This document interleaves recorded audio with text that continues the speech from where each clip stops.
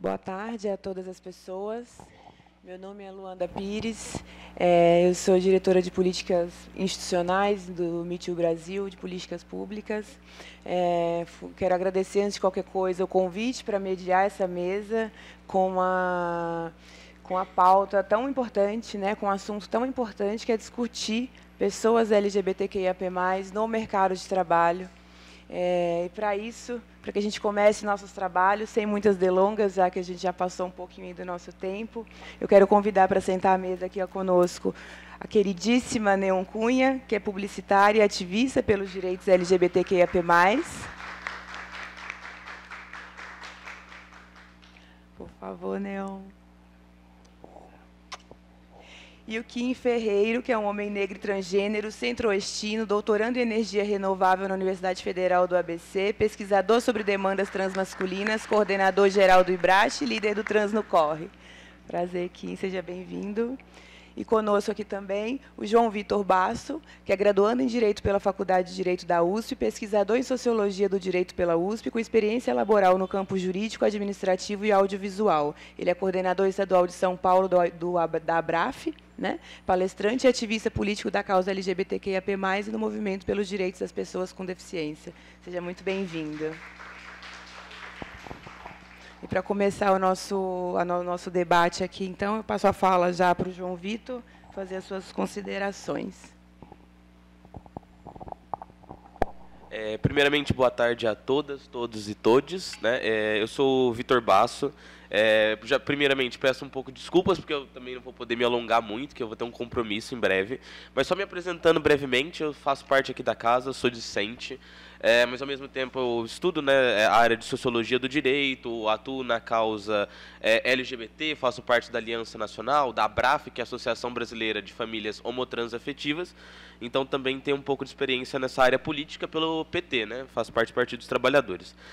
Mas só entrando um pouquinho no tema, eu quero dividir minha fala, e principalmente como eu vou estar iniciando o tema, em 3 partes, né, brevemente. Pelo que lutar, quem luta e contra o que lutamos, para se falar do tema dos LGBTs no mercado de trabalho. Primeiro, pelo que a gente luta? Quando a gente fala em trabalho, quando a gente fala em direitos sociais, a gente busca uma coisa no fim: dignidade. Dignidade é uma palavra que vem do latim e significa dignitas, que significa propriamente valor. Mas o que é um valor? Valor é quando a gente reconhece algo como dotado de propriedades que são universais. Então, todos os seres humanos têm um valor que a gente pode considerar mínimo. Quais são as coisas mínimas que um ser humano precisa ter e que todos nós devemos reconhecer, né? Que não se pode aceitar menos para um ser humano. Isso que é a dignidade. É o mínimo existencial que todos nós deveremos ter reconhecido, né? Sempre dá para aumentar a qualidade de vida, mas diminuir é uma afronta para a gente. Então, primeiro a gente tem que entender dignidade como algo intrínseco, algo próprio do ser humano. Uma pessoa não tem mais dignidade do que a outra, né? Então, em tudo que a gente vai falar sobre exclusão, sobre LGBTs, a gente vê que, por conta de uma característica, de uma personalidade, a pessoa fica, muitas vezes, restrita de um meio. Então, ela perde o acesso à sua dignidade por conta de uma característica, quando, na verdade, a dignidade é universal. E como que a gente garante a dignidade das pessoas, né? Foi se desenvolvendo ao longo do século XIX, XX, a temática dos direitos humanos, que são direitos universais, né, que eles são colocados em leis, são positivados, para garantir que a gente tenha os mínimos necessários para a vida. Mas que mínimos? Os bens necessários para a vida. E esses bens podem ser de diferentes formas. Eles podem ser os bens materiais, ou seja, os recursos que a gente precisa, água potável, todo tipo de qualidade mínima, e também os bens imateriais, que é acesso à educação, acesso à saúde e acesso a um trabalho digno. Então, os direitos humanos, eles vêm justamente para consagrar a nossa dignidade através de instrumentos de leis, de normas, que vão fazer com que a gente tenha garantido, né, pela força do Estado e pela força social, que a gente tenha um mínimo do reconhecimento necessário para a gente ter uma vida digna. Mas a gente também tem que ter uma visão bem crítica sobre direitos humanos, né? E aqui eu vou pegar um pouco a teoria do Joaquim Herrera Flores, né, que é um espanhol, que ele tem a teoria crítica dos direitos humanos. Muitas vezes os direitos humanos, eles são considerados assim, adornos, porque Por baixo deles tem uma estrutura social de opressão, uma estrutura capitalista, uma estrutura colonial, que só positivar direitos humanos na Constituição, numa lei, não são suficientes. Não basta, propriamente, nós termos a palavra, né, o papel da lei, mas a gente precisa ter isso na prática, subvertendo a ordem social. Então, para a gente alcançar essa dignidade, que é o que todos nós queremos universalmente, é necessário que a gente tenha essa teoria crítica, que desvele todo esse cenário de opressão, esse cenário de exclusão da sociedade. E a gente precisa também entender um pouco como que funciona esse sistema, né, de padronização, de hegemonia do capital e como ele se relaciona com os direitos humanos.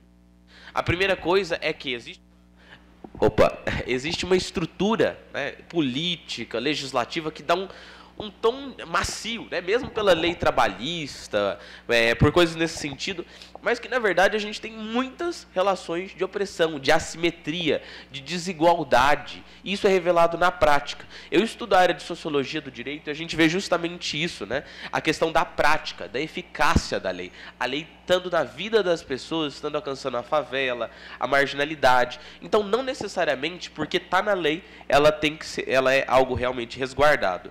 Então, para que a gente consiga alcançar direitos humanos, o Herrera Flores vai até trazer que é necessário luta social, para se ter um reconhecimento, uma subversão da ordem. Direitos humanos nunca foram dados. Direitos humanos foram conquistados ao longo da história. Desde a Revolução Francesa, movimentações sociais. Eu vou falar mais um pouquinho sobre o movimento LGBT, mas ninguém nunca teve a sua dignidade reconhecida pela subordinação, pela obediência, mas sim pela subversão, por quebrar as correntes e ir contra as amarras.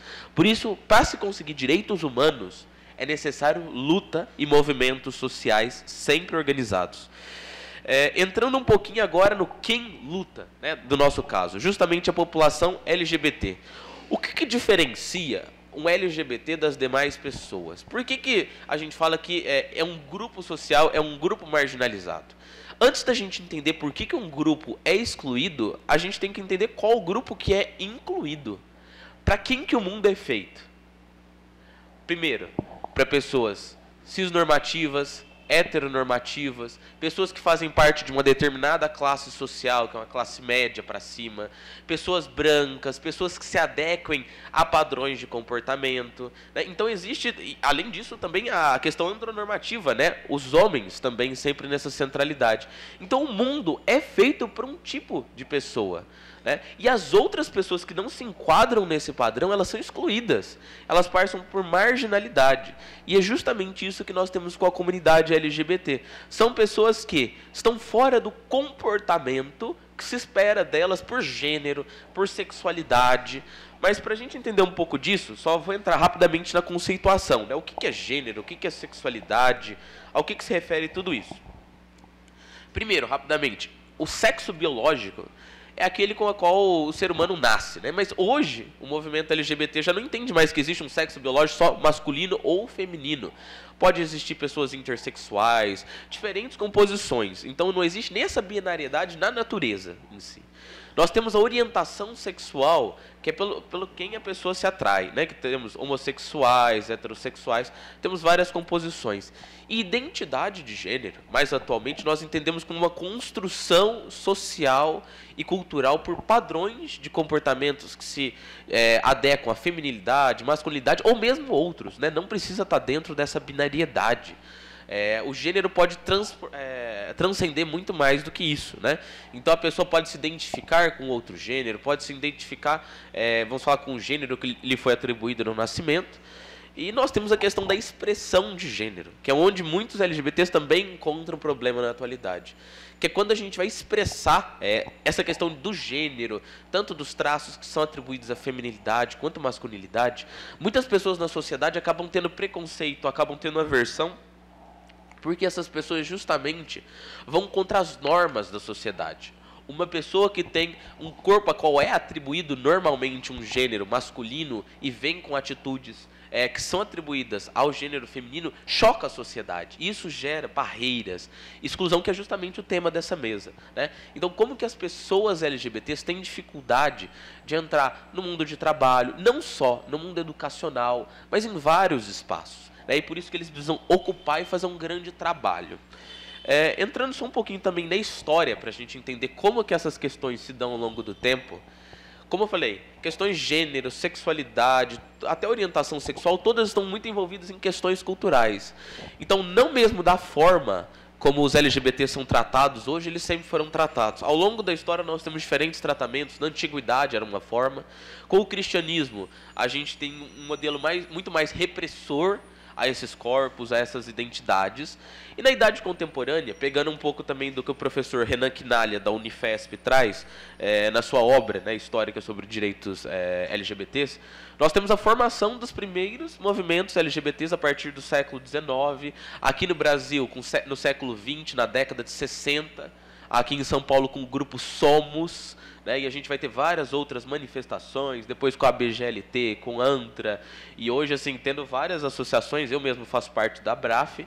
Então, hoje o movimento LGBT se organiza para lutar contra esse padrão de opressão da norma, desse mundo que é feito para outras pessoas, para que os corpos LGBTs possam ser reconhecidos e tenham sua dignidade garantida. E só passando ao que são esses direitos LGBTs, para a gente ter essa população realmente incluída. Os direitos LGBTs, até muito tempo atrás, eles não eram reconhecidos justamente porque eles eram tidos como pessoas que não tinham acesso a esse mínimo existencial. LGBTs até 2011 não podiam ter uma união estável. Até 2013 não poderiam se casar. Então, muitos dos acessos que são mínimos para pessoas hétero e cisnormativas só foram conseguidas depois pelas pessoas LGBTs. Todos os direitos do movimento, até questões simples, como, por exemplo, doação de sangue para pessoas homossexuais, que isso teve que chegar ao STF, uma coisa mínima, por causa de um preconceito, como a generalidade da AIDS sendo associada aos homossexuais. Então, os homossexuais, os LGBTs, todos esses grupos tiveram que se organizar em várias associações e movimentos organizados para conseguir lutar contra o preconceito, para conseguir que seus direitos sejam positivados, colocados nas leis, e não só isso. Como eu disse, não basta ter a lei, o papel, e não ter isso na prática. Então a luta dos LGBTs é todo dia. Agora, entrando propriamente no que é essa luta, né, em que ambiente se dá e como ela se dá, a gente tem que entender um pouco qual é a base dessa normatividade, dessa cisnormatividade, ou seja, se reconhecer dentro do seu gênero, né, o homem dentro do que lhe é atribuído como gênero de homem e afins. E a gente também tem que entender de onde que vem todo esse comportamento moralista da sociedade que gera a exclusão. Isso tudo vem muito de um aspecto de um prisma colonial que a gente tem no Brasil, vindo de Portugal, da Europa, com um moralismo judaico-cristão que literalmente coloca imposições morais, imposições comportamentais sobre todos os corpos e vivências LGBTs. Então nós temos um cerceamento das identidades. Quando a gente fala de direitos humanos, existe o direito humano, os direitos humanos, a personalidade, que são os direitos da liberdade individual, da autodeterminação, da pessoa se reconhecer como quem ela é, e também nós temos os direitos de acesso à sociedade, que são os direitos sociais, como o direito à educação, direito ao trabalho, e essas pessoas ficam nessa dicotomia, né? Ou elas vivem a sua identidade, ou elas se enquadram perfeitamente às normas da sociedade. Então essas normas que vêm de um período colonial, que vem junta com propriamente uma opressão de corpos, de vivência, elas se espraem em todos os campos da vivência humana, né? Então, como eu já falei um pouquinho, nas escolas, nos ambientes de trabalho, nas famílias. As famílias, elas são reprodutoras de expectativas. Então, expectativas do que se espera de cada uma das pessoas, do que se espera do filho quando ele nasce num corpo atribuído ao masculino. Então, essas expectativas que são baseadas, têm lastro nessa moral colonial, elas vêm e se tornam disruptivas quando nós temos um movimento LGBT organizado, quando o movimento LGBT fala não vou aceitar essas normas que a sociedade está impondo para mim, porque eu quero viver a minha personalidade, eu quero viver a minha existência. E como isso se dá um pouco no âmbito propriamente trabalhista? Eu quero citar um fato. Eu comecei a trabalhar com 18 anos, né? E lembro que eu cheguei bem independente assim, no trabalho, né, com o tempo. E eu cheguei assim, hoje eu sou uma pessoa que não me considero dentro de nenhum gênero específico, mas eu cheguei com as unhas pintadas, com alguns traços assim, atribuídos à feminilidade, e eu lembro que o meu chefe me olhou assim, com total desprezo. E naquele momento, eu percebi que aquele ambiente não era muito para mim. Que eu não poderia ter essa personalidade livre de chegar com a unha pintada, de chegar falando de um determinado jeito, e no outro dia mesmo, eu já tirei todos esses traços, já voltei formalzinho para o trabalho, e eu percebi como o ambiente de trabalho, muitas vezes, ele é agressivo contra a gente. Ele é agressivo porque, no momento em que a gente faz a entrevista de emprego, já tem uma expectativa de comportamento que a gente deve seguir. No momento que a gente está dentro do trabalho, existe uma expectativa de comportamento que a gente deve seguir também. Então, por toda essa experiência laboral, como por todas as experiências da vida, a gente tem algo que se espera da gente, essas normas que vão balizando e controlando o nosso comportamento. E no momento que nós, LGBTs, decidimos viver a nossa existência, a gente está fazendo uma afronta, a gente está resistindo a todo esse sistema. Então, a própria existência LGBT já é uma luta, né? No dia a dia, em cada âmbito. Mas como que a gente pode também lutar contra esse sistema hegemônico de opressão? Aí eu retomo um pouco ao Herrera Flores, né? Nesse campo. Para a gente ter direitos humanos, dignidade e o valor intrínseco de cada um reconhecido, é necessário luta. Luta social constante, diária e permanente. Uma luta que se dê em todos os âmbitos. É necessário infiltrar os campos da sociedade. Na família, se pautar essas questões. Na religião, em todos os campos e até no ambiente de trabalho. Para que as nossas existências não sejam consideradas afrontas ao que se espera de uma pessoa na sociedade. A gente não pode estar nessa dicotomia entre eu ter a minha liberdade, a minha personalidade, a minha identidade, e de um outro ter acesso aos direitos sociais. É nisso que dá a luta LGBT, é nisso que se dão as lutas dos movimentos sociais. É lutar pelo reconhecimento, pelo valor, pela dignidade reconhecida de cada um, de todos nós. Então, só através dessa luta constante, dessa resistência, da gente não aceitar essas normas, não aceitar esses padrões, que a gente faz, principalmente no movimento LGBT, essa caminhada que foi histórica. A gente começou no movimento LGBT com a proibição propriamente da gente existir. E hoje a gente já está conseguindo casamento, várias outras questões, adoção. Com a nossa caminhada, com a nossa luta, as pessoas vão ver que nós resistimos e nós não aceitaremos essa subsunção à norma, essa subordinação às normas hegemônicas. Nós vamos lutar, resistir e transformar a sociedade. Muito obrigado, pessoal. Muito obrigada, Vitor. Muito esse retrospecto que você faz da sua fala, né, trazendo o movimento LGBT, inclusive aí como ator, dentro dessa construção de direitos e luta pela efetivação desses direitos é muito importante.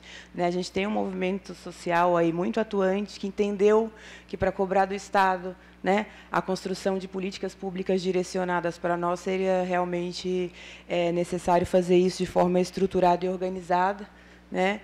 Inspirado, inclusive, no movimento negro, o movimento de mulheres que conseguiu, ali na Constituinte, trazer muitas das coisas que antes eram consideradas de ambiente privado para a Constituição Federal, né? Para a positivação de direitos, e que, muito embora a gente não consegue ainda implementar esses direitos, tirar esses direitos do papel para alguns grupos sociais, como as pessoas LGBTs, pessoas negras, né?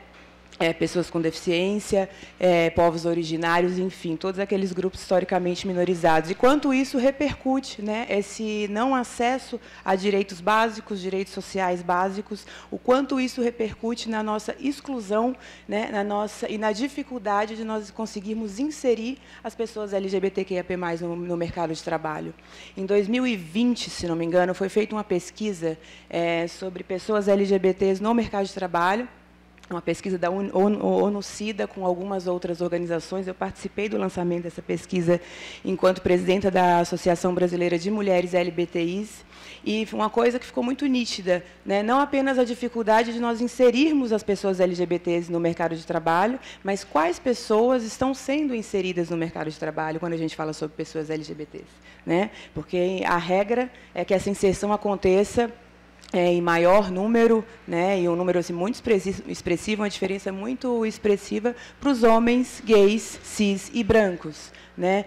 Ainda não estou dizendo que não seja difícil, que não sofra, mas a gente precisa, quando a pesquisa traz os números, e eu sempre falo sobre essa pesquisa, porque ela foi feita a nível América Latina e é bastante concentrada entre Brasil e México, então demonstrou muito quão difícil é o mercado a inserção da nossa população no mercado de trabalho e a manutenção também, que traz muito do que você fala no seu primeiro dia de trabalho, a manutenção dos nossos corpos dentro desse ambiente de trabalho. O quanto isso é violento para nós, o quanto nós sofremos diversos tipos de violência, ainda que normalizadas, né? As microagressões do dia a dia, as piadinhas, os olhares, os constrangimentos, que a gente hoje lida com isso de forma, infelizmente, a gente ainda faz isso de forma normalizada e de que a gente sequer percebe. E por que eu falo isso? Porque dentro dessa pesquisa foi perguntado para todas as pessoas que foram entrevistadas se elas já tinham sofrido alguma violência dentro do mercado de trabalho. Apenas 35% dessas pessoas disse ter sofrido violência. Quando as violências, essas microagressões, elas são discriminadas e as pessoas começam a entender o que são o que é uma violência dentro do mercado de trabalho, o que é um assédio moral, o que é um assédio sexual, o que é um desrespeito, o número dobra. Ou seja, a gente normalizou as violências, né? Até para conseguir, não a gente, não os corpos ali que não originalmente pertencentes desses espaços, mas o ambiente, as pessoas que já frequentam, que já conseguem acessar esses ambientes de trabalho. Isso é muito grave e repercute, óbvio, no mundo capitalista, né? Numa sociedade capitalista de consumo, não está no mercado de trabalho, repercute diretamente onde essa pessoa vai viver, né? Que é a margem da sociedade, à margem dos lugares, à margem do convívio social. Então, muito obrigada pela sua fala. Eu preciso constar a presença aqui da querida Ferícia Lopes. Ferícia Lopes é travesti negra, crescida em Itaquaquecetuba, na região metropolitana de São Paulo, e formada em letras pela USP, tem arte e educação como profissão desde 2019, atuando em museus e instituições culturais da capital paulista, exceto em 2022, quando estagiou na área da diversidade e inclusão de uma empresa de finanças. Ferícia dedica-se com sua atuação profissional a questionar a ausência de outras travestis e pessoas negras nesses importantes espaços de memória e educação. Com isso, eu passo a palavra para você. Seja muito bem-vinda e obrigada pela sua presença.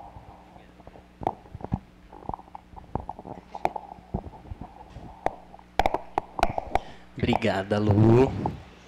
Obrigada. Agradeço à Rede Liberdade pelo convite. Saúdo essa mesa linda, que falando de um tema tão importante, né, que é a questão da empregabilidade para pessoas LGBTs. E eu vejo um destaque muito específico, né, quando a gente vai falar de corpos trans, assim, porque é uma exclusão, né, que tá relacionada muito antes da gente pensar numa formação intelectual ou numa formação profissional, porque ela está ligada justamente com as expectativas da nossa família, né?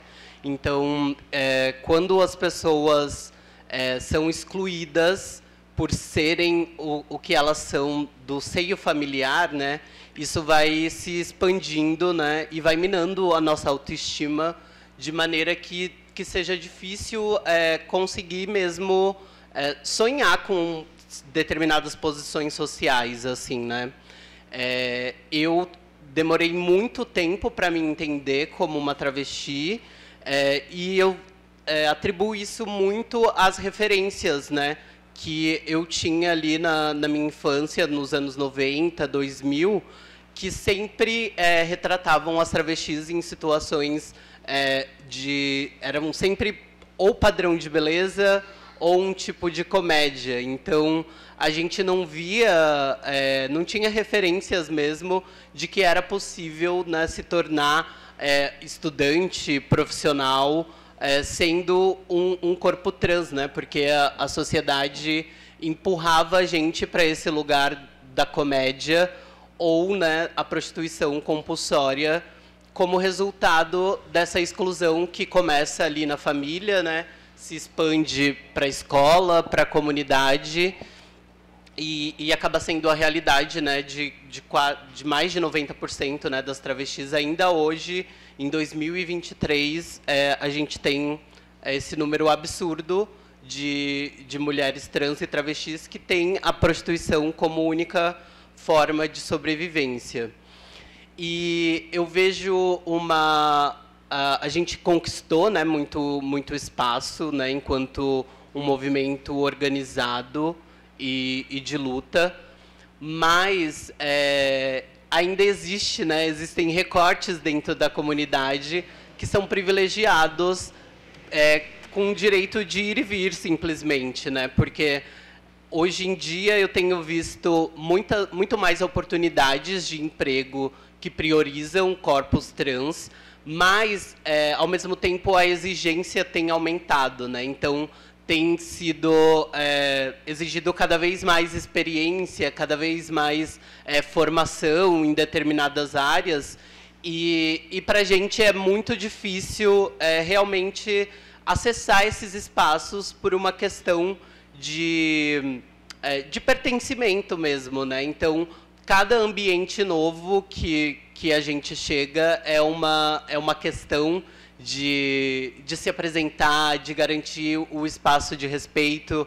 Então, existe também uma dificuldade, né, que eu vejo, né, relacionada à inclusão de fato, né, porque abrir as portas e receber pessoas trans e não binárias nos quadros de funcionários é um passo muito importante, mas ele é só uma ponta do iceberg, né? Porque quando nessa experiência na área de diversidade e inclusão, né, dentro de uma empresa financeira que, né, pouco tinha a ver com direitos humanos, etc., a gente vinha uma dificuldade no dia a dia das pessoas, né? Elas estavam contratadas, elas tinham passado por um processo seletivo né, que testaram suas qualidades, suas habilidades ali para aquela função específica, mas o dia a dia era extenuante, né, com questões, né, relacionadas ao respeito à identidade, né, e essa é uma questão, né? Eu acho que a gente tem hoje uma legislação que de alguma forma protege o direito à individualidade das pessoas, né? Então, uma pessoa cisgênera, né, independente da orientação sexual dela, né, ela vai conseguir circular pelos espaços de uma maneira um pouco mais confortável, né? Agora, para uma pessoa trans, né, as violências elas são muito mais pontuais, né? Porque elas minam a nossa autoestima mesmo, né? Então, quando você chega num ambiente e essa é uma experiência que eu pude vivenciar, né? Sendo a primeira educadora travesti do primeiro SESC que eu trabalhei, e era isso, né? Havia uma receptividade, mas, ao mesmo tempo, durante a experiência, eu percebi que não houve um preparo das outras equipes para essa recepção, assim. Então,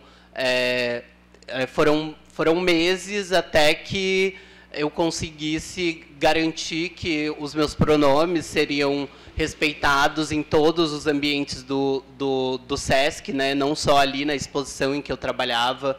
Então, existe uma abertura agora para a recepção dos nossos corpos, mas eu acho que ainda precisa de um trabalho muito forte de educação mesmo, né, das pessoas normativas, para que elas recebam e encarem com normalidade, né, a nossa presença nos espaços de poder, né, porque uma carteira assinada é um símbolo de poder, né, ela garante direitos, né, a gente consegue planejar o futuro, né, quando a gente tem alguma segurança financeira, né, e eu vejo que as oportunidades que têm surgido, né, tem um certo viés, né, então elas estão sempre ligadas a projetos específicos com tempo determinado.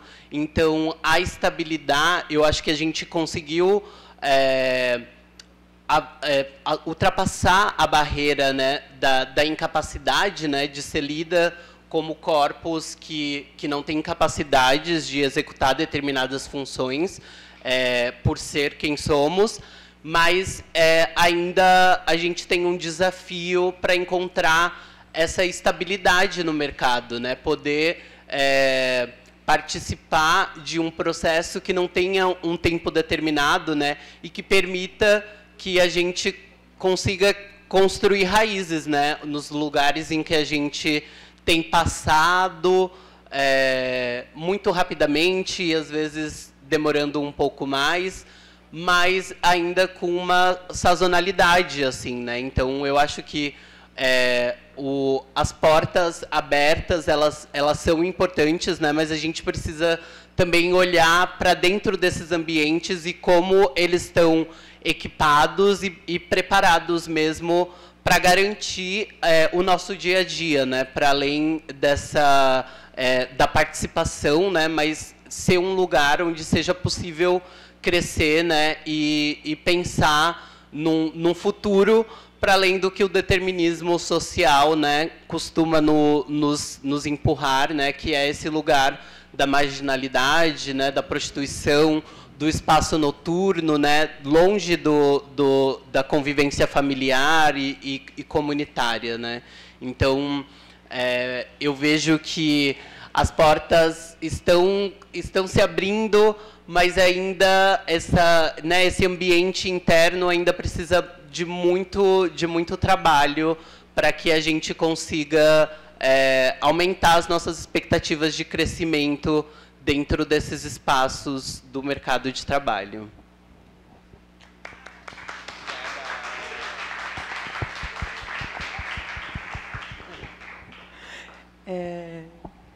Incrível. E sem dúvida, né? Tanto a gente tem o desenvolvimento aí dessas vagas afirmativas, né? Que até pouco tempo atrás ainda hoje nós vemos gente falando que essas vagas afirmativas são discriminatórias, né? A gente não conseguiu ainda nem que criar um senso comum de que elas são um mecanismo de reparação social, né? E como a questão a inclusão da diversidade no mercado de trabalho, ela vem por meio de uma exigência de mercado.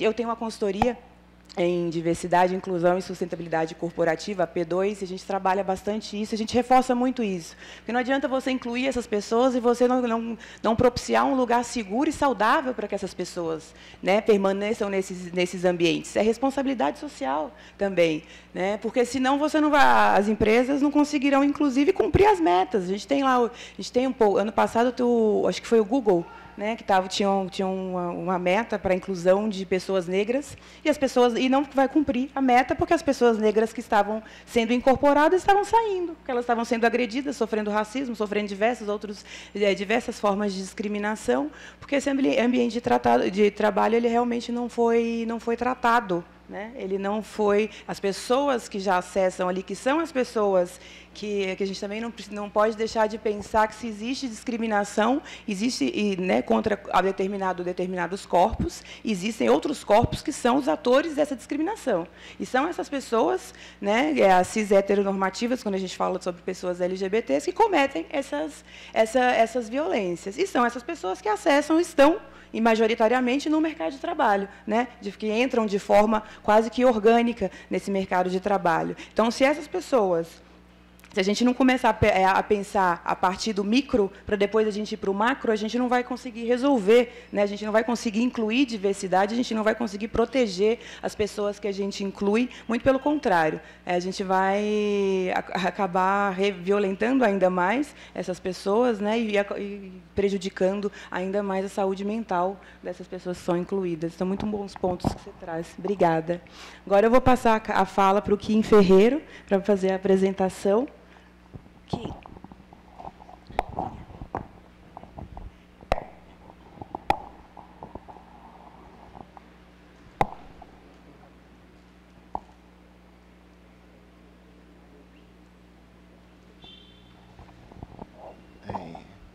Boa tarde, pessoal. Eu sou Kim Ferreiro.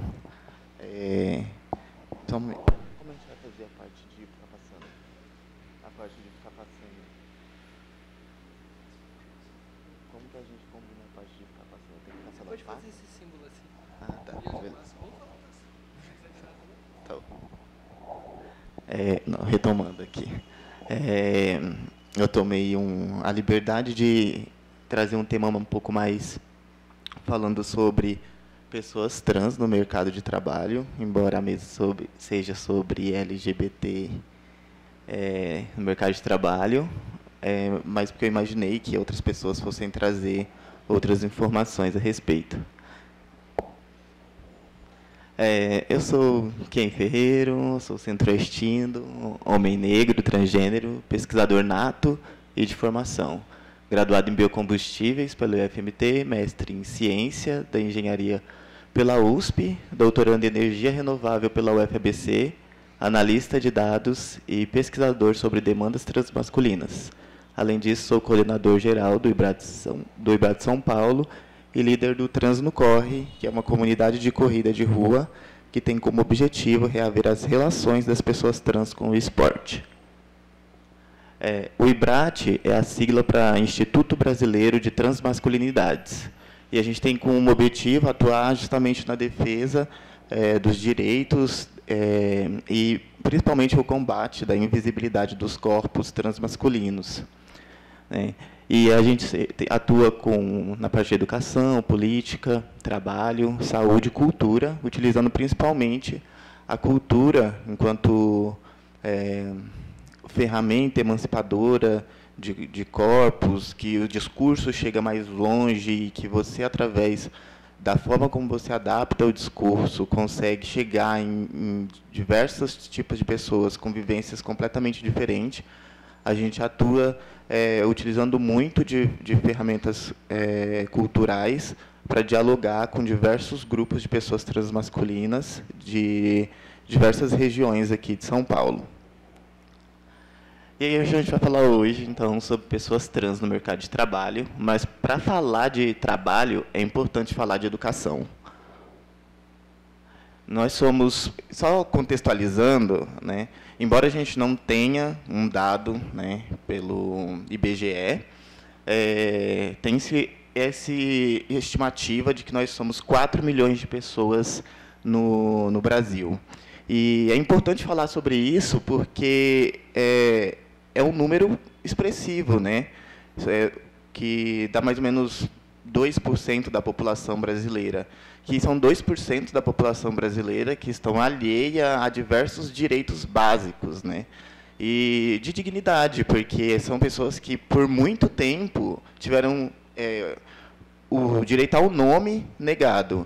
E agora, ainda que a gente possa ir no cartório e tal, obrigado, Neo Cunha, por todo o esforço que você fez, e nossa comunidade certamente é muito grata, a gente ainda enfrenta a dificuldade de conseguir fazer retificação, porque é um processo que custa dinheiro.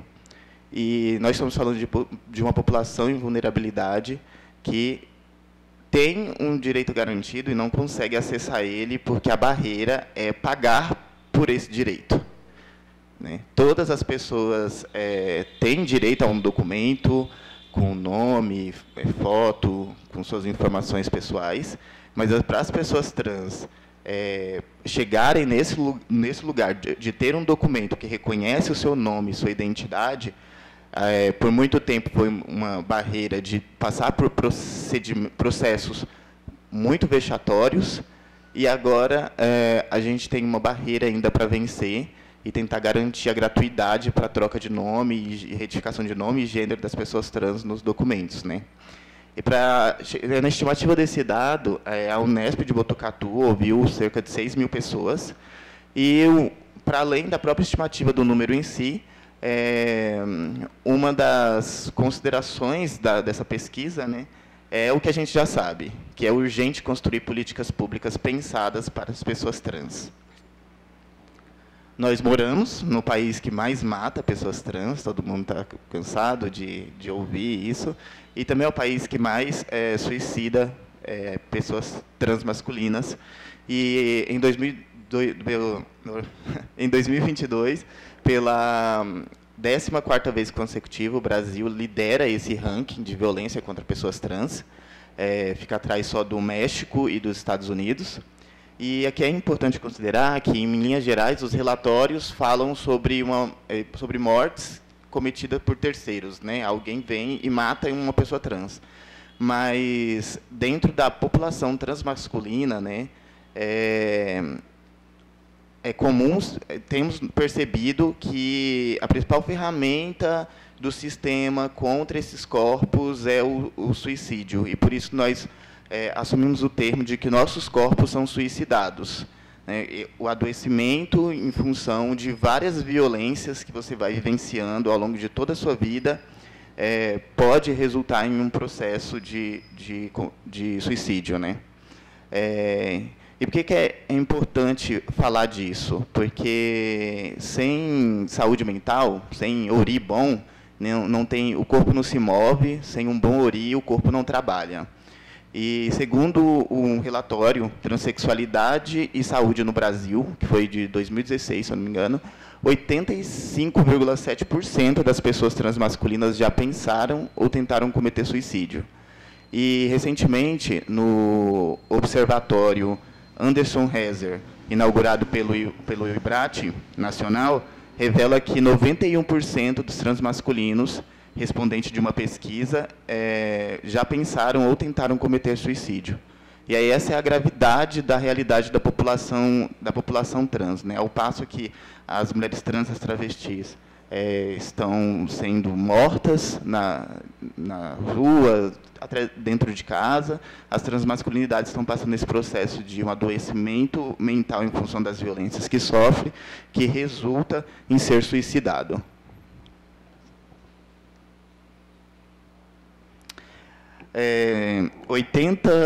E aí agora vamos falar aqui, introduzir o assunto sobre educação, após contextualizar a realidade das pessoas trans aqui no Brasil. 82% das pessoas trans e travestis abandonaram os estudos ainda na educação básica. E aí é importante falar sobre educação, porque quando a gente recebe determinadas vagas, como em plataformas grandes, por exemplo, como Transemprego, que garantem mais estabilidade, melhores benefícios, melhores remunerações, essas vagas estão direcionadas para uma realidade que não é a realidade das pessoas trans. Ora, se 82% abandonou os estudos ainda na educação básica, como é que você fala que está construindo uma vaga afirmativa para pessoas trans, exigindo que essa pessoa tenha 5 anos de experiência, graduação, pós-graduação e inúmeros acessos que envolvem a educação, que essas pessoas foram obrigadas a se retirar desses ambientes por sofrer inúmeras violências. E a idade que essas pessoas passam por esse processo de serem obrigadas a sair do ambiente escolar é entre 14 e 18 anos, que é exatamente a idade que se começa a ter as primeiras experiências no mercado de trabalho. Aqui é importante... Pode voltar um pouquinho. Não, volta. Não, aí. Aqui é importante trazer também uma expressão de uma travesti que é considerada como como a primeira travesti doutora em uma universidade pública, que é a Luma Nogueira. Ela trata de um termo chamado pedagogia da violência, que não é só sobre as violências que a gente sofre na escola, mas sobre os processos que a sociedade aprende a normalizar as violências e fazer com que elas sejam partes do cotidiano das pessoas. E aí isso é importante falar, né, cunhar termos a respeito das violências, porque a partir disso é possível dialogar e construir soluções possíveis para cada ambiente, né? Pode passar. Numa pesquisa realizada em 2016, com 1.016 estudantes do ensino básico, com idade acima de 13 anos, que se identificam como LGBT, o resultado foi que 73% sofrem bullying por homofobia, 60% se sentem inseguros nas escolas, 37% já sofreram agressão física e 55% afirmaram ter ouvido comentários negativos a respeito de pessoas trans na escola. Né? Embora esse dado seja de 2016, ele ainda dialoga com a realidade das pessoas trans no ambiente escolar. É um cenário que, infelizmente, persiste, mas também tem um dado do projeto Transvida, que revelou que, nesses ambientes, os amigos, os professores e os familiares são tidos como os principais agressores das pessoas trans, durante toda a formação. E, além dessa negação de um direito básico, de acessar a escola e de passar a receber uma formação adequada para construir sua carreira, metade dos entrevistados revelou que tem depressão e 60% desses entrevistados revelou que constantemente pensa em suicídio. Então, são uma série de violências que corroboram para uma realidade de marginalização e que importante dizer, a manutenção dos corpos de pessoas trans na marginalidade da sociedade, sem acessos, com dificuldade para fazer coisas básicas, é uma ferramenta de manutenção da tentativa de empurrar esses corpos para uma normalização, de aceitar um sistema sem ser disruptivo com ele. E se você não tem o que comer, não tem o que vestir, não tem acesso a coisas básicas, não tem acesso à saúde, é uma ferramenta para silenciar e para você não trazer subversões para um sistema que está posto, né?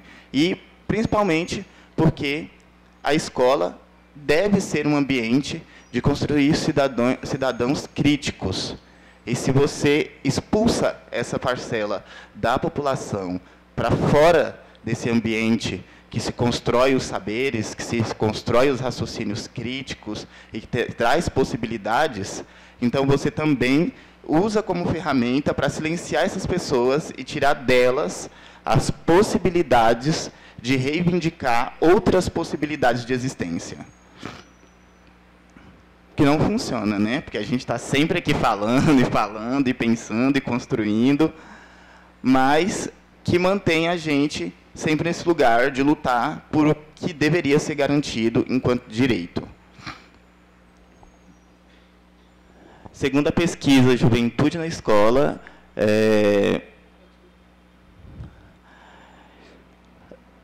19,3% dos alunos de escolas públicas não gostariam de ter uma colega de classe travesti, homossexual, transexual ou transgênero. O estudo ouviu 8.283 estudantes na faixa de 15 a 29 anos em 2013.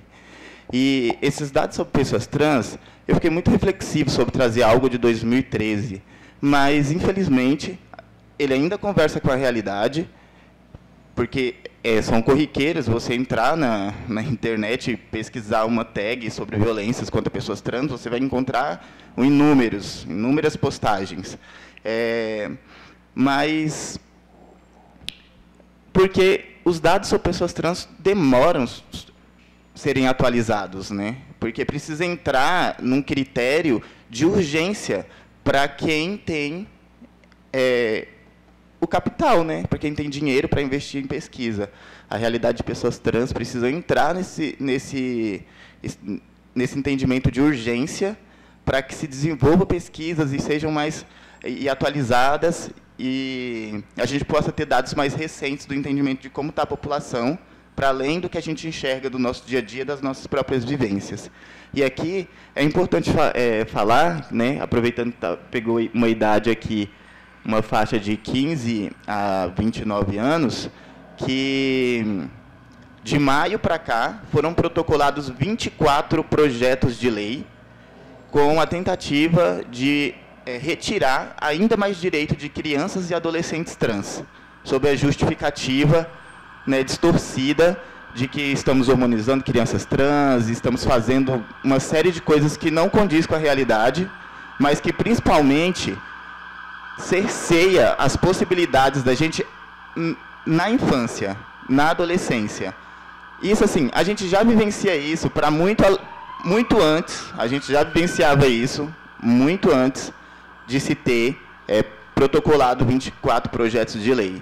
Mas é estranho, para dizer o mínimo, perceber que, neste ano, 24 projetos de leis foram protocolados com o objetivo de cercear crianças e adolescentes trans, né? E isso são coisas que impactam pela vida toda da pessoa, os impedimentos de coisas básicas, de atendimento especializado, do direito ao nome social na escola, sabe, do direito ao acesso a profissionais no Sistema Único de Saúde, que deem atendimento de qualidade para essas crianças e seus familiares. E então a gente segue lutando contra as mesmas coisas e as pessoas que estão nesses espaços de poderes, né, que teoricamente deveria defender os interesses do povo, segue construindo, como a extrema-direita vem fazendo, diversas ferramentas, instrumentos para podar e anular as existências e as possibilidades de vida de pessoas trans. Não, pulou. Isso. Aqui eu trago um dado sobre formação técnica ou específica por identidade de gênero, que é um mapeamento das pessoas trans da cidade de São Paulo, né?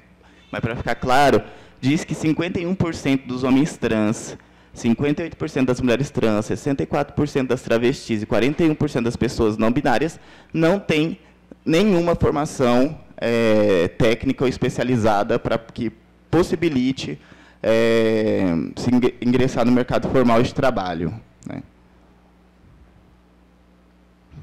Outro dado, que é o mais recente, que se trata sobre as transmasculinidades, do mapeamento educacional do IBRAT, junto com a revista Transviades, que saiu recentemente, e que pergunta se você já sofreu violência na sua trajetória educacional e quais são as principais violências que você sofre nesses ambientes, né? E revela que o principal a negação do uso do nome social, a negação do uso de banheiros, a violência a partir dos docentes, os conteúdos didáticos, a forma com que se aplica os conteúdos didáticos com a intenção de vexatória em relação aos alunos trans na sala de aula,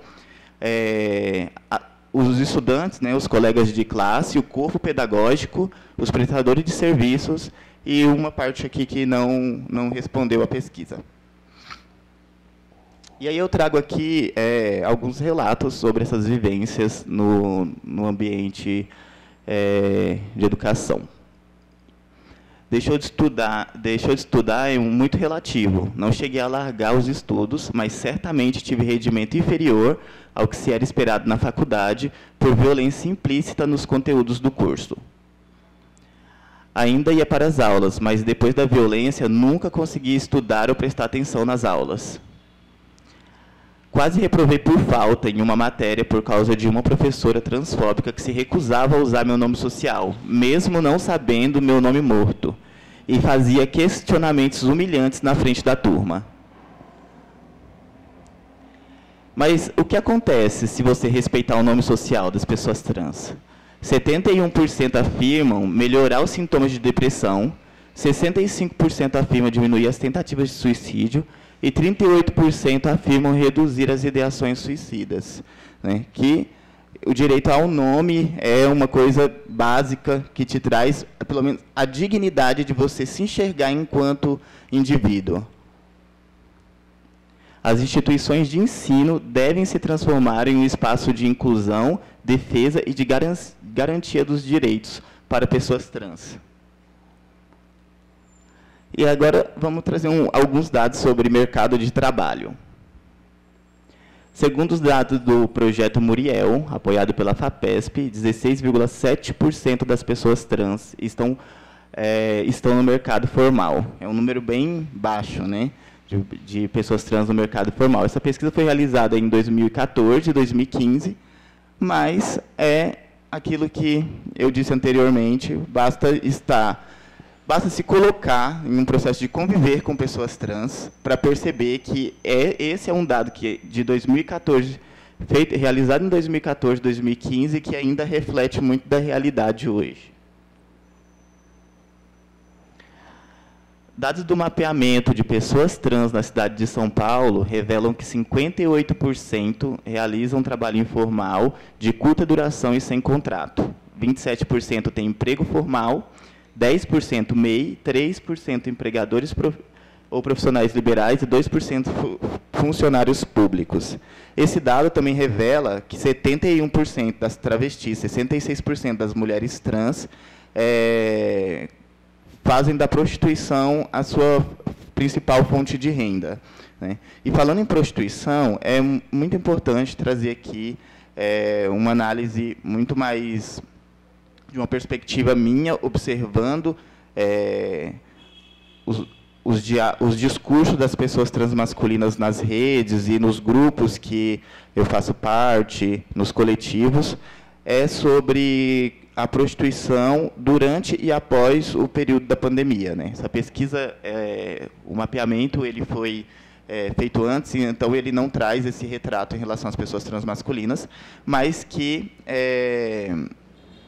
as pessoas transmasculinas, durante a pandemia, para conseguir fonte de renda, isso também, certamente, as mulheres trans e as travestis também passaram por um processo parecido, mas para trazer um relato sobre pessoas transmasculinas na prostituição, essas pessoas passaram a utilizar plataformas como o OnlyFans e o Privacy como a principal fonte de renda, né, e também enxergando nesse lugar uma forma mais segura de conseguir uma renda, porque isso te coloca em contato com pessoas que consomem esse tipo de serviço, mas que não têm acesso direto ao seu corpo e com as possibilidades de níveis de violência escalonarem até a morte, né? Dados da Associação Nacional de Travestis Transsexuais revelam que 96% acredita que pessoas trans brancas e com leitura social cisgênera, né, chamada de tal passabilidade, tem aqui meus questionamentos sobre isso, têm mais chances e oportunidades de serem contratadas no mercado formal. 94% acredita que o mercado formal de trabalho não está realmente aberto e comprometido com as contratações de pessoas trans. 90% acredita que se mantém atualmente as estimativa de que 90% das travestis e mulheres trans utilizam a prostituição como fonte primária ou complementar de renda. 88% acredita que as empresas não estão preparadas para contratar ou garantir a permanência de pessoas trans em seus quadros. 85% acreditam que homens trans e transmasculinos têm maior possibilidade de serem admitidos no mercado formal de trabalho do que as travestis e mulheres trans. E esse dado, inclusive, me despertou para uma pesquisa de tentar localizar algumas coisas sobre questões de raça. Eu trouxe vários dados para vocês aqui, mas o cruzamento de raça desses dados é quase impossível de achar. E isso enviesa um pouco. Todos os corpos trans, de fato, estão vulneráveis. mas quando se trata de raça, tem corpos mais vulneráveis do que outros. Isso é importante ter nas pesquisas, trazer a raça como um ponto central nas pesquisas sobre pessoas trans, porque certamente são as pessoas trans negras que estão sofrendo mais violências e estão mais vulneráveis. Nós temos um número grande de pessoas, né, no nosso país, aqui, de pessoas trans, que estão sendo impedidas de produzir e de trabalhar nos espaços formais, com reconhecimento, com garantias dos direitos trabalhistas,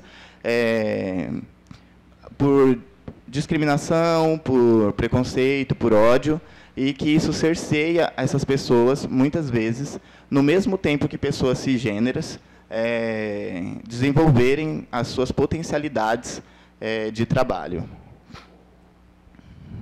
E mesmo quando uma pessoa trans tem uma formação, a barreira ainda é gigante, porque é importante falar de raça.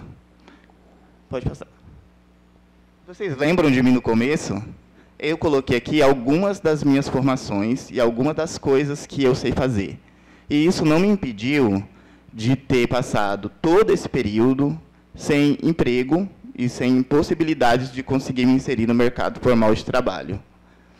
Então, é importante falar sobre educação, mas mesmo aqueles que tiveram estrutura familiar para alcançar o ensino superior, o mestrado, o doutorado, fazer cursos de especialização, ainda assim, se você é uma pessoa trans negra, essa métrica de que o mercado quer uma pessoa específica, com formação, com qualificação e etc., não se aplica a você. Eles querem um tipo específico de pessoas trans dentro do mercado de trabalho. Essas vagas são para um tipo específico, porque nada explica existirem pessoas trans negras com formação e levar 15 anos para conseguir a primeira vaga no mercado de trabalho, sabe?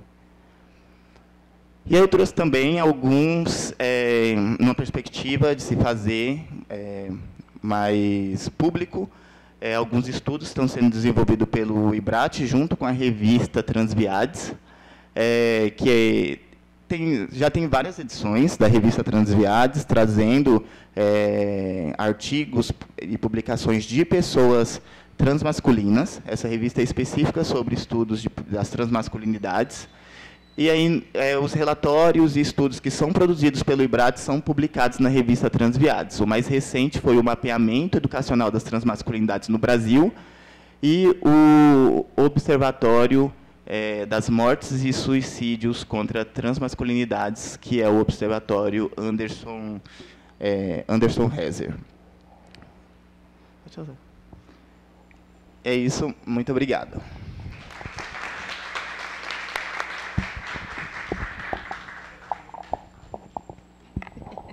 Muito obrigada, que é importantíssimo tudo isso que você traz, inclusive a respeito do trabalho do IBRAT, né, para aproximar um pouco as pessoas do IBRAT e a gente pensar, de fato, como a gente tem um número tão representativo, né, da população brasileira sem acesso a direitos básicos, né? A gente está falando da população que não tem acesso, depois de muita luta, né, inclusive da nossa próxima convidada aqui, respeito ao nome, a gente está falando sobre direito à vida, né? São direitos fundamentais básicos que 2% da nossa população tem cerceados diariamente há 15 anos consecutivos, né? Quando a gente fala que o Brasil é o país que mais mata essa população há 15 anos consecutivos,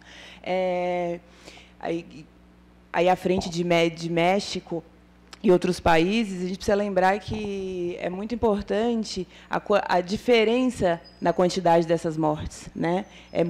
A diferença é muito grande em relação ao México, que é o segundo colocado. Então, muito obrigada. E agora, sem mais delongas, porque ela é babadeira, e ela faz parte de toda essa história, eu passo a fala, então, para a queridíssima Neon Cunha.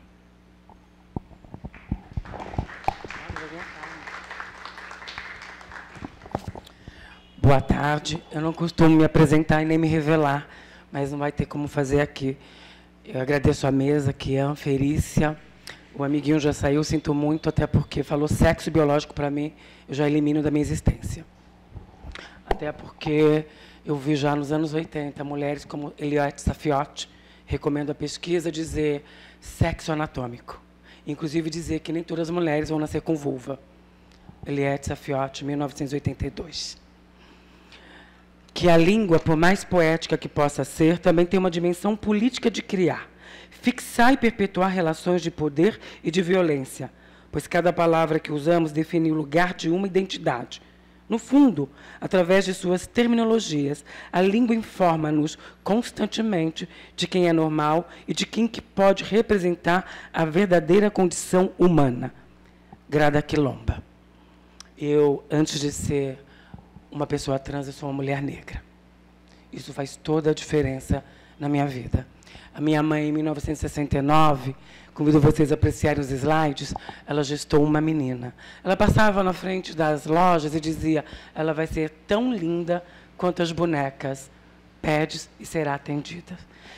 Em 1970, eu nasci, a foto dela de 1963, e eu, em 1972, a carteirinha de vacinação com o antigo nome Neumir Cunha, e do lado a Belo Horizonte de 1970. Eu nasci e me constituí na ditadura desse país. Faz toda uma diferença numa historicidade. Aqui eu, frequentando a escola, não tinha nenhum problema. Engraçado porque o boné não se via no cabelo, que eu adorava, que crescia e ficava bem Black Power. Era um momento de contracultura no mundo e no Brasil, embora a gente estivesse vivendo a ditadura. Tivemos um golpe. Fim do golpe. Eu gosto dessa roupa. A outra, anterior. Da roupa infantil, porque nos anos 70 tinha coisa da pessoa unissex, ou quase a gênero. Ou seja, você usava uma roupa que poderia ser de menino e de menina, embora essa foto não seja da minha turma, e sim da minha irmã, que nasceu branca, que está bem aqui na ponta, a Nilma, era a mesma roupa para a gente. Mas o que eu gosto mesmo era do imagético que eu construí a partir de um anime, para a gente falar da importância da cultura para as crianças. E eu sou montessoriana em qualquer espaço de formação. Por isso, o conteúdo vai convidar mais do que a minha presença. É sedutor pensar que uma mulher revolucionou a educação, com o máximo respeito ao Paulo Freire e ao método, ao qual eu honro, mas eu sou muito mais montessoriana. Uma mulher feminista, no pós-guerra, falando das crianças órfãs, por que ela não virou a métrica da educação nesse país? Ou no mundo, além de que era uma mulher conhecedora da medicina, dos direitos, socialista e feminista. Tem um golpe acontecendo, mas ele está lidando ali com as emoções. Eu não tinha nenhum problema. Esse anime, basicamente, uma menina nasce, mas o reino precisava de um primogênito. Ela passa a se vestir como menina, como menino. Eu achava que a minha vida era igual. Eu tenho que me vestir de menino porque eu vou maltratar a minha família. O próximo, se a gente conseguir, também aprendi, com o máximo respeito, Laroexu e Parreoiá, a senhora que rege o meu ori, que foi nos terreiros de Candomblé, que eu começo a frequentar com 2 anos e meio de idade, quando começa todo um processo de busca de uma cura. A minha mãe, preocupada com o que as pessoas diziam, falava assim, a minha filha tem alguma questão, eu vou levar. E aí foi no terreiro de Candomblé, pela primeira vez, que eu vi uma coisa maior do que a imposição das pessoas. Quando um corpo negro e masculino foi reivindicado por Oxum, a senhora da beleza, dos rios, dos encantos, da maternidade. E é interessante, porque era um homem negro, cis e hétero, casado, com toda aquela estrutura que as pessoas idealizam, e ele foi convocado por Oxum a ser o instrumento de passagem, a ser o seu cavalo, em nenhuma gira. Em absolutamente nenhuma gira. E eu estava lá no dia que esse homem sai do Rancó, que não é mais esse homem, é Oxum. Eu nunca vi alguém desrespeitar Oxum. Dizer que aquele corpo não era de Oxum, que aquela materialidade não era de Orixá. Mas eu também aprendi que o corpo não se maltrata, o corpo não se viola, o corpo é instrumento de Orixá. O corpo não se maltrata, o corpo não se viola, o corpo é instrumento do gênero. Não é o contrário. Então, isso é muito real, porque se eu não tivesse tido candomblé, se eu não tivesse recebido Oiá, naquele momento em Ansan de Guibalé, Com 8 anos de idade, 2 fenômenos me marcaram para sempre. O primeiro, eu venho de uma família muito pobre. São 10 filhos. Eu sou a terceira mais velha. Era uma pobreza, mas era pobreza dessa família migrante de Minas Gerais para tentar a vida em São Bernardo do Campo, no fato histórico da industrialização automobilística e o movimento metalúrgico. Era um fenômeno sem precedente. Mas na escola eu nem tive livro didático na primeira série, porque o prefeito Antônio Tito Costa não entregou ao perigo da direita. O prefeito não entregou. Eu copiava a matéria das outras crianças. Dá algumas habilidades, mas eu não recomendo. A gente não tinha roupa íntima. E eu fui para a escola com uma calça de tergal prata, que eu amava, meio furtacô, com essas coisas modernas de hoje. Já fiquei uma anti-fashion ali com 8 anos de idade. Coisa que só mulher preta sabe fazer. Usar a pobreza para virar estética. O zíper grudou no prepúcio. Dói. Dói. Eu passei o dia torta. E aí cheguei em casa, minha mãe falou, você está verde, você está passando mal, o que você tem? Tem alguma coisa acontecendo comigo, e eu não sei o que é. Ela foi olhar, ela falou assim, o zíper grudou. E a minha mãe era bem debochada, que bom. E ela falou assim, agora vai ter que cortar 1000 coisas, e qualquer coisa que violasse o corpo eu não aceitava. E ela chama meu pai, que já me odiava, desde os 2 anos e meio, quando eu me afirmei menina. Meu pai me chamava carinhosamente de mundiça. Você vai ter que amar esse homem. Você vai ter que honrar o compromisso, porque ele ainda é teu pai. No fim, soltou-se o fecheclé, eu continuei mulher, mulher com pênis. Esse é um corpo de mulher, esse corpo contém um pênis, esse é o pênis de uma mulher. Está escrito na minha tese do meu processo. Eu não neguei o genital. Eu disse só que ele pertencia a uma mulher. Algumas feministas não gostam de dizer que a mulher tem falo. Mas o que é o clitóris? Pergunta para o Freud, não para mim. Volta. O outro fenômeno na segunda série, quase na terceira, é quando me disseram, as outras meninas, que elas não iam mais andar comigo porque eu tinha cor de sujeira. Eu tinha a cor do papel que embrulhava os cadernos, o papel parto. Disse isso a minha mãe.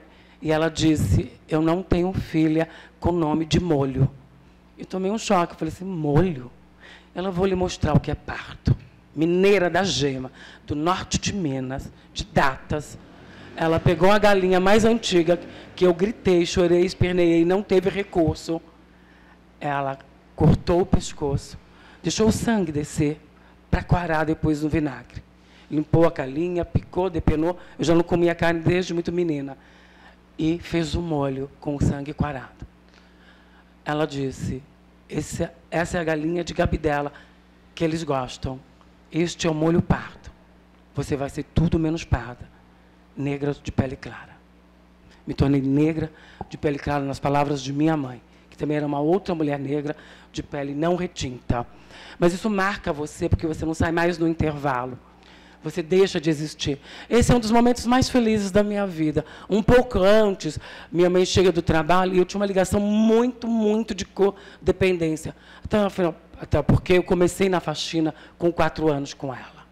Eu sabia qual era o lugar de ser uma mulher negra. A faxina. Eu limpava rodapé com escova de dente, na ausência de ir para a escola, que ela negociou com uma das patroas, que era diretora da EMEI.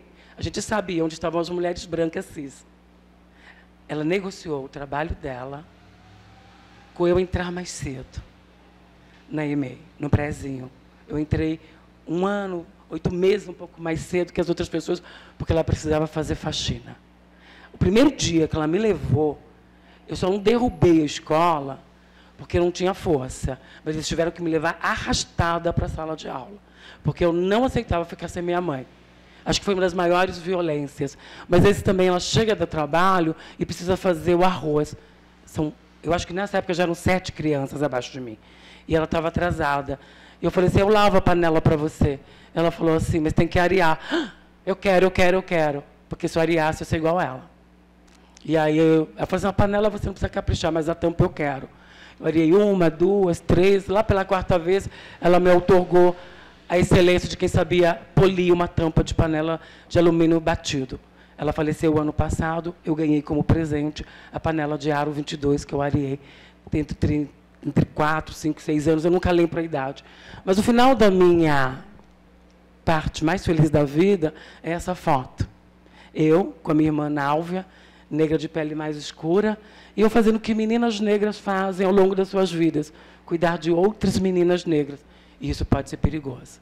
Se ela for de olhar, ela pode criar um monstro. E aí, vocês que lutem com essa mulher negra. Esse é um dos momentos mais felizes da minha vida. Na sequência, o mundo acabou. Era 1982. Eu tive que entrar no mercado formal de trabalho, porque a gente não entrava para trabalhar porque queria. É porque tinha que sustentar as outras crianças, porque tinha que sustentar a casa, tinha que garantir a manutenção de uma família. Uma criança não era uma criança. Ela não tinha o ECA ainda. O que ela tinha era o dever, a obrigatoriedade de fazer parte da manutenção de uma família negra, ainda que interracial. Embora meu pai nunca se considerou branco, por ter uma relação com um pai retinto. Eu entro no círculo de amigos do menino patrulheiro, que foi a maior violência. Já havia passado por estupros, já havia passado por uma série de coisas. E aí eu vou sentar debaixo da escada do gabinete do prefeito Antônio Tito Costa. A ironia do destino. As pessoas passavam por cima da minha cabeça, majoritariamente todas pessoas brancas. Literalmente, essas pessoas passavam por cima de mim, para acessarem outros espaços. Mas a gente se vinga, porque a gente começa a pensar. Ali aconteceram vários fenômenos, mas acho que o que eu mais gosto é que eu ia estudar à noite e tinha um desafio, porque eu não comia carne. Era uma coisa mística, não comia de jeito nenhum. E aí eu fui trabalhar na prefeitura de São Bernardo, vi uma marmita horrorosa, um lanche horroroso, sempre com presunto ou com uma carne azeda.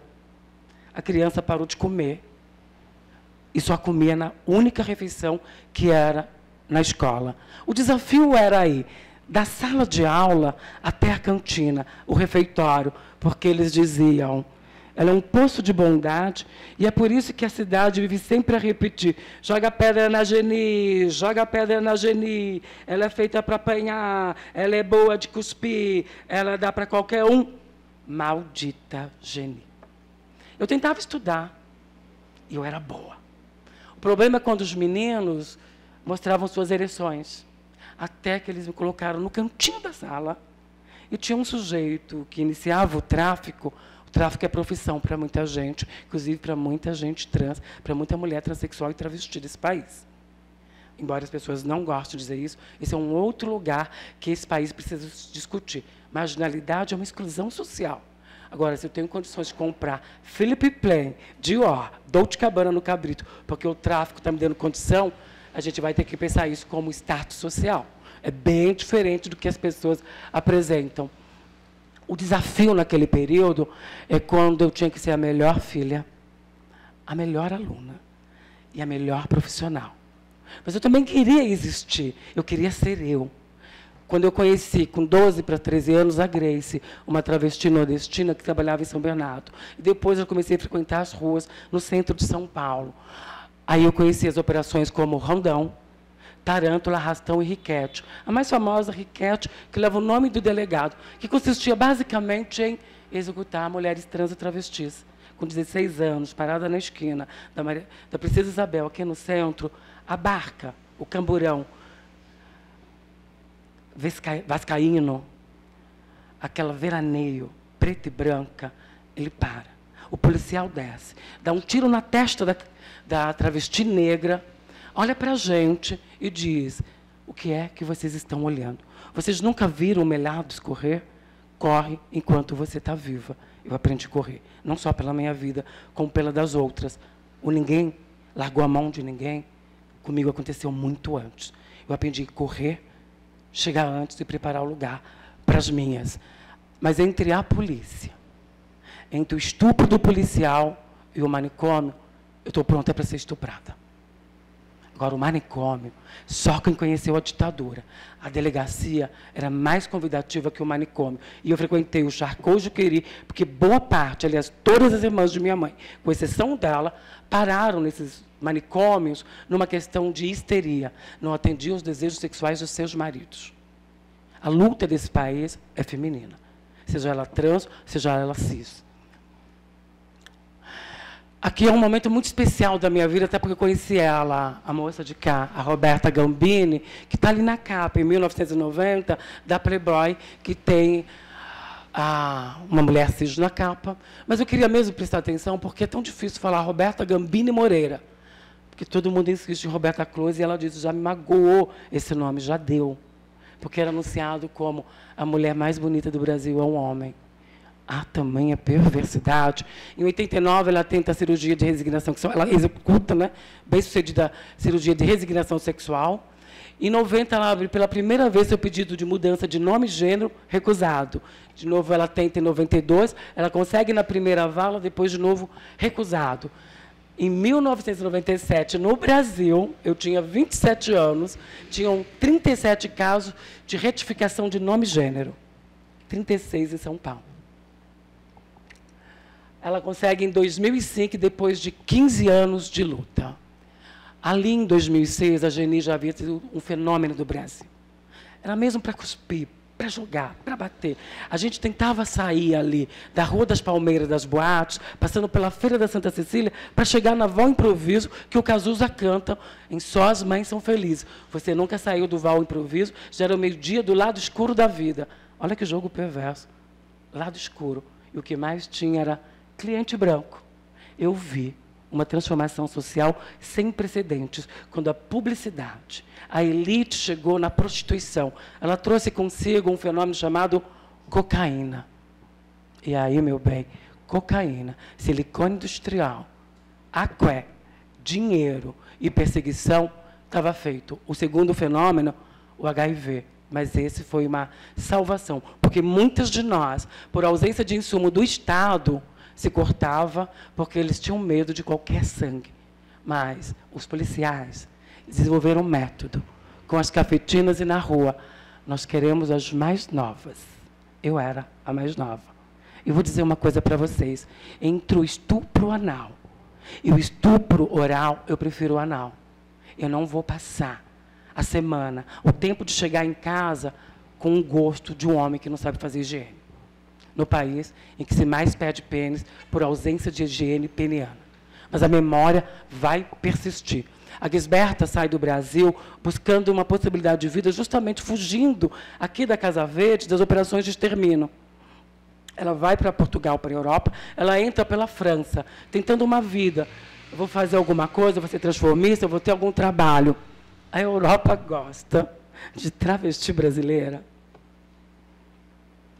Prostituição, sorologia, HIV positivo, estamos no mês para celebrar as pessoas que vivem, convivem, as pessoas positivas que convivem com HIV.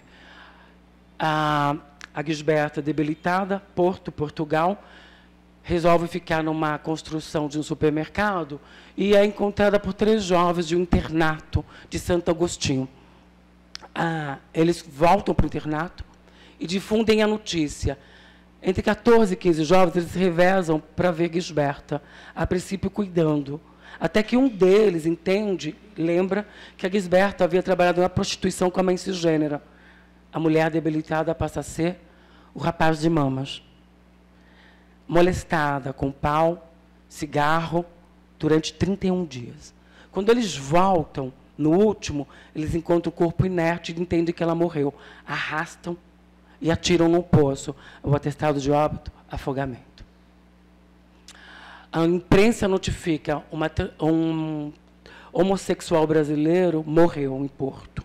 Se o movimento organizado e as ativistas independentes, que muita gente tem dificuldade de considerar, e o que significa ser um ativista independente? Que você vai se fuder muito, muito. Porque você vai pagar sozinha. E você vai enfrentar uma horda, às vezes dentro de movimentos sociais organizados, para dizer, este não é o caminho.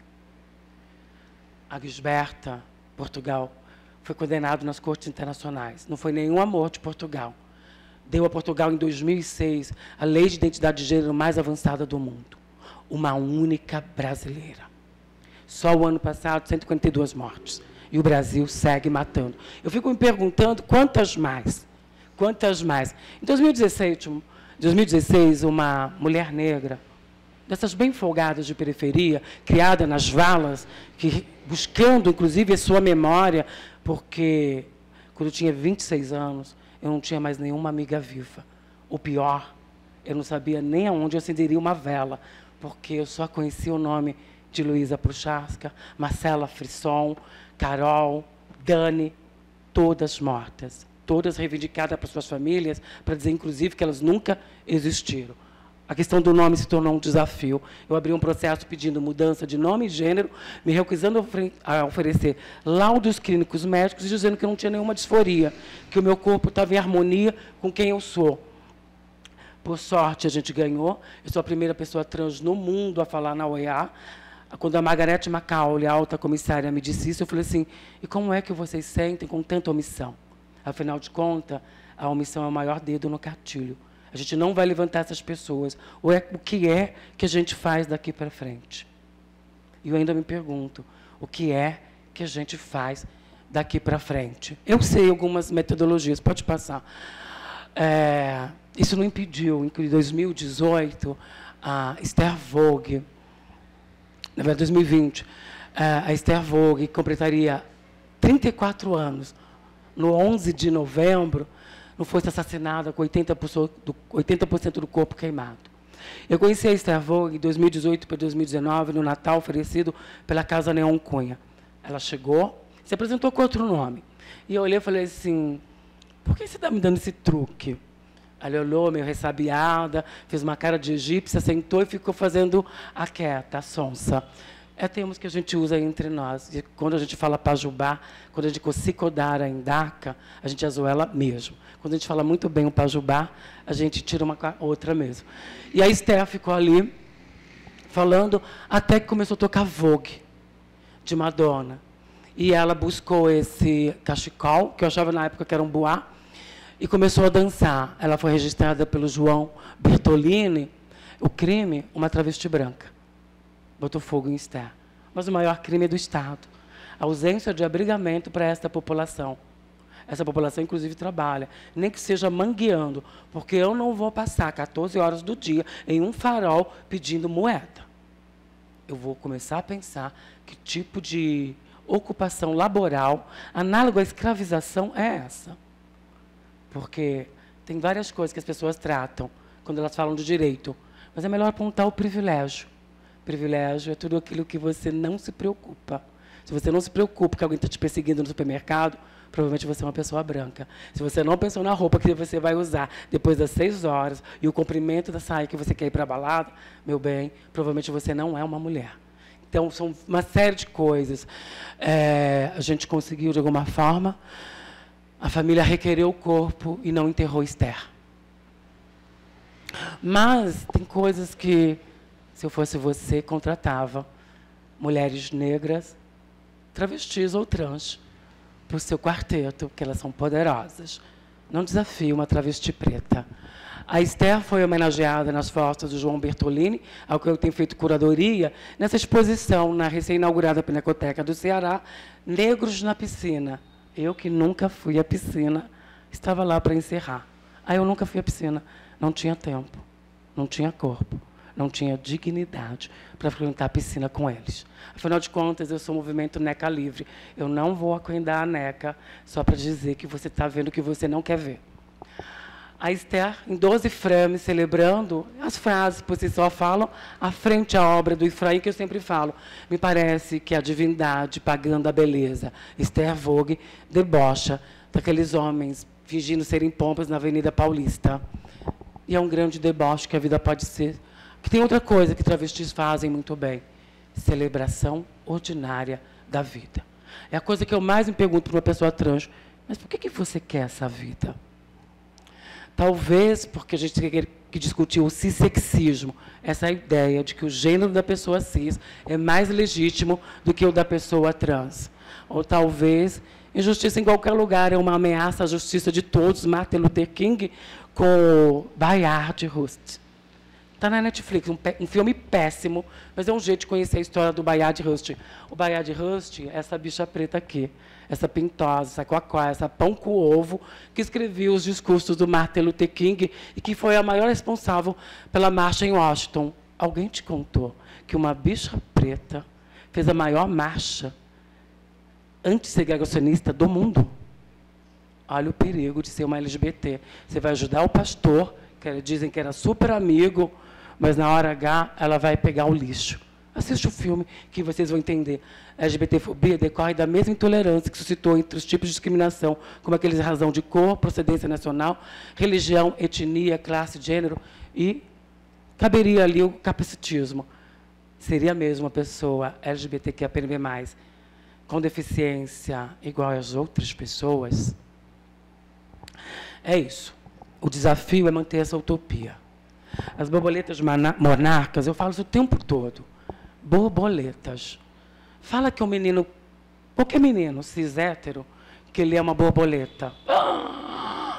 Mas borboleta tem macho e fêmea. E a biologia não consegue explicar esse fenômeno, que é a revoada delas.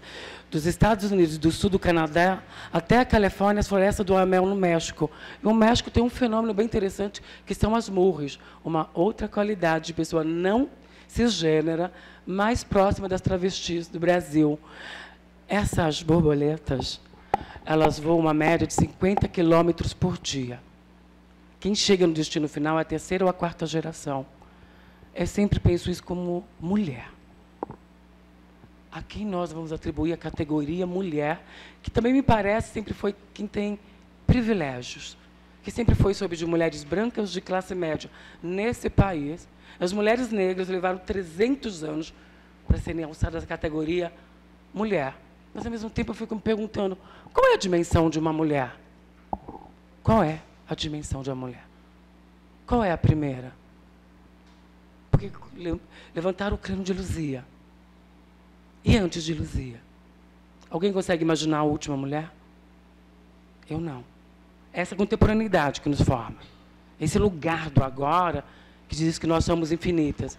E sobre as lésbicas, as bis, as travas, as não, ou todo o conjunto que se relaciona com essas mulheres, e talvez as pessoas trans, seja isso o maior código. A gente não quer ser mais, a gente não quer ser menos, a gente quer ser. Máximo respeito.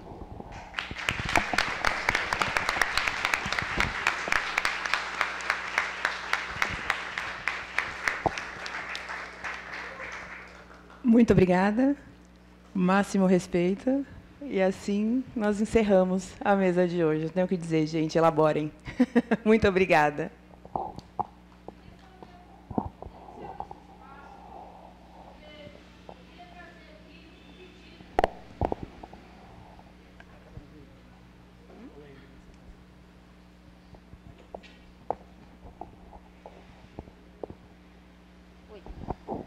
Oi, gente, desculpa interromper o encerramento da mesa. Acho que vocês perceberam, eu sou uma pessoa trans, eu não me apresentei como, acho que às vezes não, é até cansativo, mas eu estou no Pará, me apresentando para a mesa, e eu quero trazer uma denúncia que eu tenho tentado gritar, e às vezes me sinto gritando só, porque nós estamos na faculdade de Direito, se não a mais importante do país. E eu acho que foi o Kim que apresentou uma pesquisa feita por um advogado da OAB, representante da OAB. E eu não sei se, quando a gente fala, eu senti falta um pouco da mesa, não é porque não tem nenhuma pessoa da área do direito, que é essa questão da insegurança jurídica dos direitos da população LGBT. Porque, na verdade, se a gente for ver, a gente não tem nenhum direito garantido.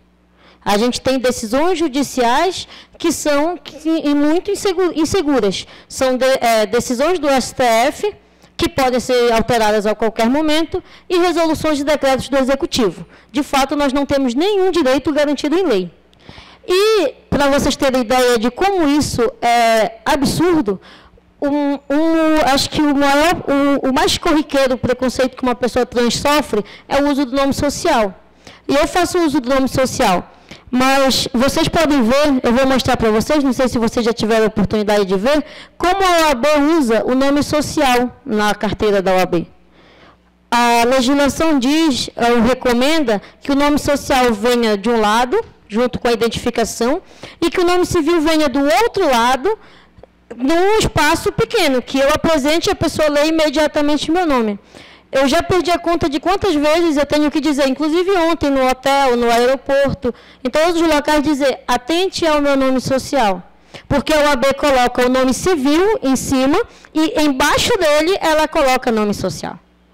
Então, a gente precisa, essa entidade que se diz aliada ou que se diz defender os direitos de LGBTs, principalmente de pessoas trans, ela viola todo dia os direitos de todos os advogados trans nesse país.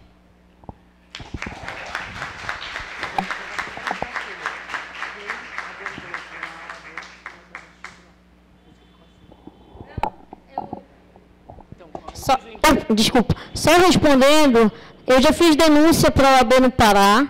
A OAB no Pará me disse que iria enviar para a OAB Nacional, porque isso aqui precisa ser mudado pela OAB Nacional. O site do CNA, que é o Cadastro Nacional de Advogados, não tem espaço para nome social, ele também faz a mesma coisa como na carteira, e isso é ridículo, porque até do celular é igual. E o fato de ter sido acordado ou aceito por alguém há 2, 3, 10 anos atrás, não modifica o fato de que isso deve ser mudado imediatamente. Se uma instituição como a OAB não consegue alterar o seu próprio sistema para garantir com que pessoas não passem em todos os espaços por constrangimento, ela precisa tirar o nome dela de aliado de causa LGBT. Agora, eu acho que a luta tem que ser mais ampla, porque mais do que a carteirinha da OAB, a gente está falando de uma luta nacional, de uma RG, e eu não posso lutar só por uma categoria. E, inclusive, eu falo isso sempre. Como a gente falar de inclusão produzindo exclusão? O RG nacional, o RG, vai incluir sexo.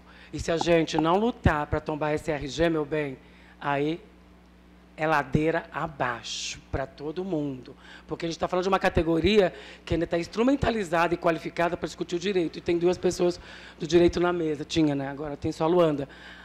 Aí é um jogo de uma categoria colonial, que é o direito brasileiro. Basta lembrar que o proforme de vocês é em latim. A maioria dos proformes é. Agora, essa categoria onde acho que vai ser fácil de dialogar. Eu quero ver a gente derrubar esse RG. Porque aí, se esse RG passar, não vai ter nem ficha médica mais. Exatamente.